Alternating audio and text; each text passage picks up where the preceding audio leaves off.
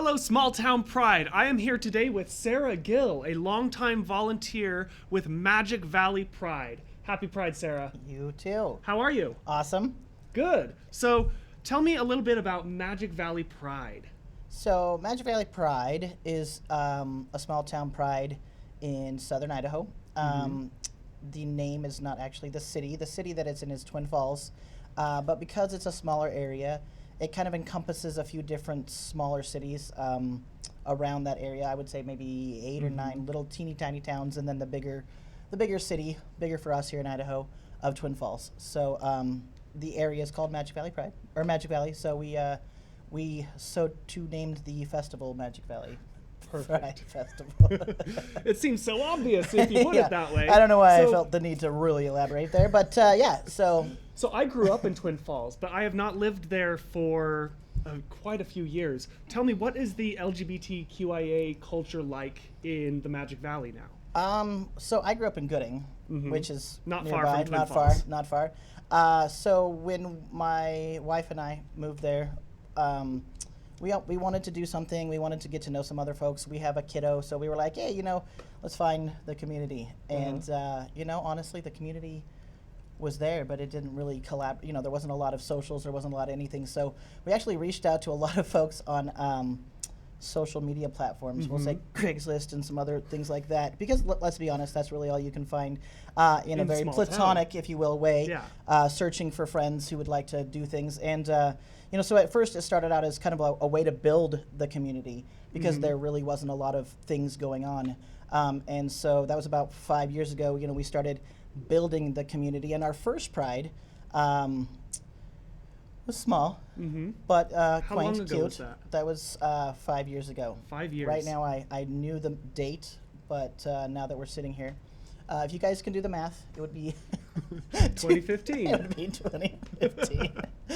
Anyway, yeah. So what does Magic Valley Pride do for the community now? It's kind of moved into just the festival. So when it first started, it was, we do socials, we do different fundraisers, kind of branch out into the community. And then for the last 3 years, it's just been focused, specifically on having a festival, because there are now social outlets and different types of things going on, coffee hours and, things like that, which is great. So it sounds like it achieved its sort of original goal of coalescing the community in definitely. the Magic Valley, which is really great. What are some of the other positive changes that you've seen in the Magic Valley since then? Honestly, growing up there and living there, I think that it's okay to talk about, if that makes sense. When you live in a small town, who the LGBT, folks are, but you don't necessarily talk or express it. And so I think that in some sense, it's made it somewhat of a normal thing that there is a festival, that there is different things going on, and that people can join in a social atmosphere for that purpose. So I think in some ways it's definitely made it a little bit more acceptable to have it things seems like there. there's like a combination of visibility and education of the community that Magic Valley Pride has helped sort of develop in the Magic Valley area.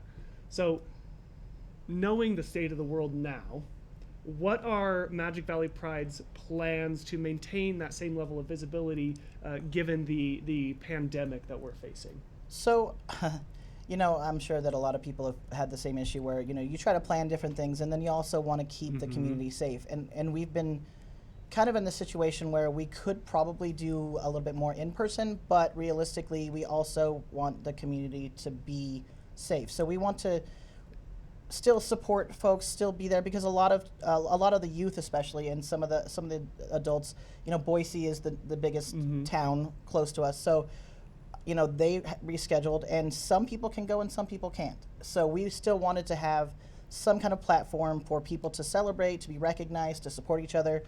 So we have a couple of different things. We have a talent contest that's going to be virtual.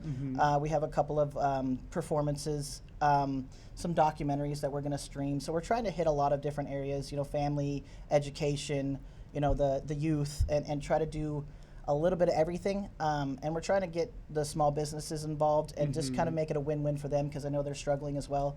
So don't want to really charge a whole lot, but also want to have that platform for independent consultants and different folks that work in the community to, Sure.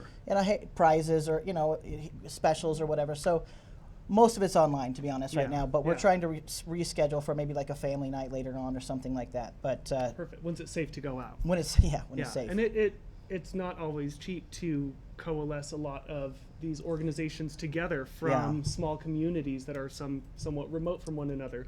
So how can people donate to Magic Valley Pride? So Magic Valley Pride has, we have a couple of platforms. We have the, like the PayPal link that we're going to have on our social media.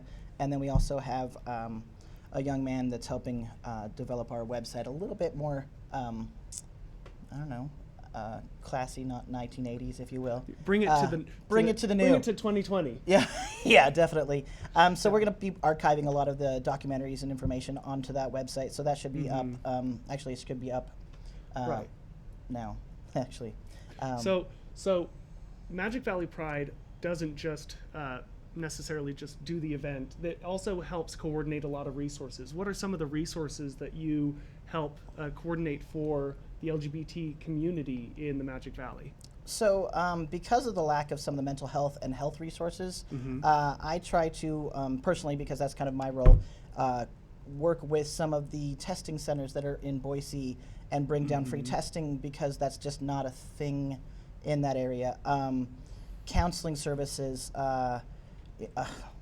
there's not really a GSA there, so trying to bring them up for, say, like a prom or different youth events, just trying to bring like all of the different resources that aren't necessarily able to be here, to get that connection made. So like networking as close as possible, so people don't have to leave out of state to go get hormone therapy treatment, or to go get in touch with a counselor, or top surgery, or any of those things that they might need. They're just not going to necessarily get that in the Magic Valley, but we try to coordinate with some of those services in areas that they can still travel and not have to not have to leave. Fill some of those gaps in the available services in the region, as well as in the knowledge of that the community has around what those resources are and how they can access those. So what do you sort of see as the future of Magic Valley Pride? The future hopefully will be an ongoing, growing, and accepted part of the community. I know one of the big things, and people are asking about it a lot, is a parade. We would love to see a parade. Right now, it might be a Main Street 2-block, 3-car, Gotta if you start will. somewhere. But you got to start somewhere. Yeah. And honestly, I think last year we had close to 1,200 people show up. And realistically, for our community, that was amazing. And we still have, all those networks we're making with different people in the community, allies. And so, just growing and trying to make it a part of the community, in with the community, though, not like in opposition, because that's been somewhat of a struggle. And so we definitely want to focus on family-friendly, diversity, some of those elements to try to be a little bit more inclusive within the area we're in.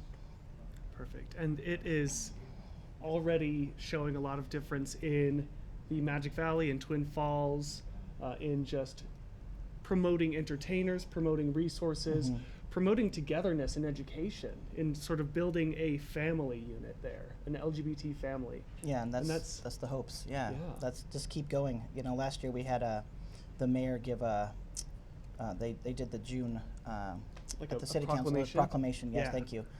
Which was amazing. Like, that would have probably never, honestly, when I started that, I had no hopes for that, and so that was really cool. And just 5 years, going from nothing to then the mayor and city council. City council accepting that, and that was a really big moment for us. That's some really incredible work done by Magic Valley Pride.